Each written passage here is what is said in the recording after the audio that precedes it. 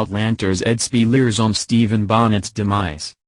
The mark of a good villain is feeling the slightest twinge of regret when they finally get what they deserve.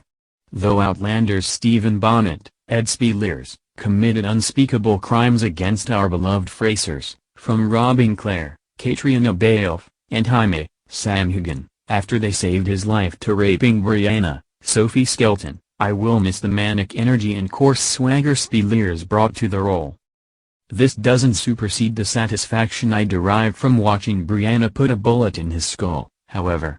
The latest episode of Outlander concludes the tale of the deranged pirate Stephen Bonnet, but not before putting Bree through hell. Let's back up a bit. After Bonnet raped her last season, Brianna visited him in jail to inform him of her pregnancy.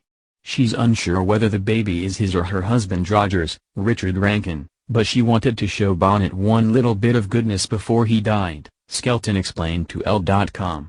Bree's plan backfires, however. Bonnet survives and wants to claim her son, specifically, his inheritance, as his own.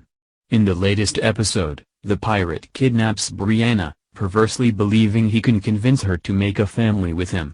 She plays along but can't fake passion in a kiss, and he explodes, having sex with a prostitute in front of her to show her what she's missing. He's thinking, I need to find the upper hand again, Speleers explains of Bonnet's appalling reaction. Yet again, he's being told, you're not good enough, you're not worthy, you're not up to step, you don't deserve. Of course, that's not what Brianna's saying, but in his head, that's what he's thinking. He then tries to sell Brianna into sex slavery, but now, his plan backfires. The Frasers rescue Brianna, Roger delivers a sucker punch to Bonnet, and Bree demands justice through the courts. Once Bonnet's sentenced to death by drowning, Brianna takes her shot and finishes him for good. Below, Speleers breaks down Bonnet's motivations, delving into the character's psychology, and what he treasures most about his Outlander experience. Can you confirm exactly how many times you stepped on Sophie's toes during filming? Laughs, it's not really funny. I've definitely broken some of her toes. I don't think I did it as much this series, I tried to be more cautious. But I definitely fractured her metatarsals last year. What's driving Bonnet in this episode? Is it delusion? He has this twisted idea of what the truth is.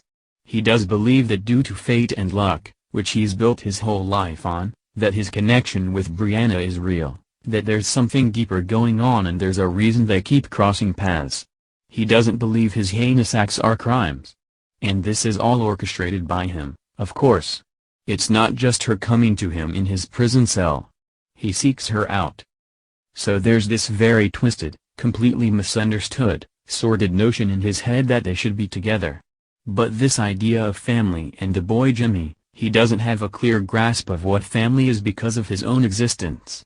Him having a son and living life as a family, I think he puts that out as an idea because he learned that this is what people do in this situation.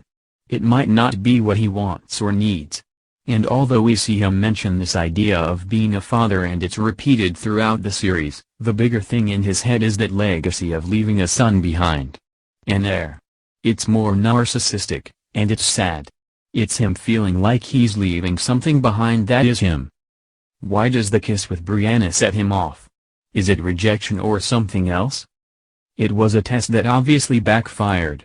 He wholeheartedly believed in this whole scenario, the whole whining and dining.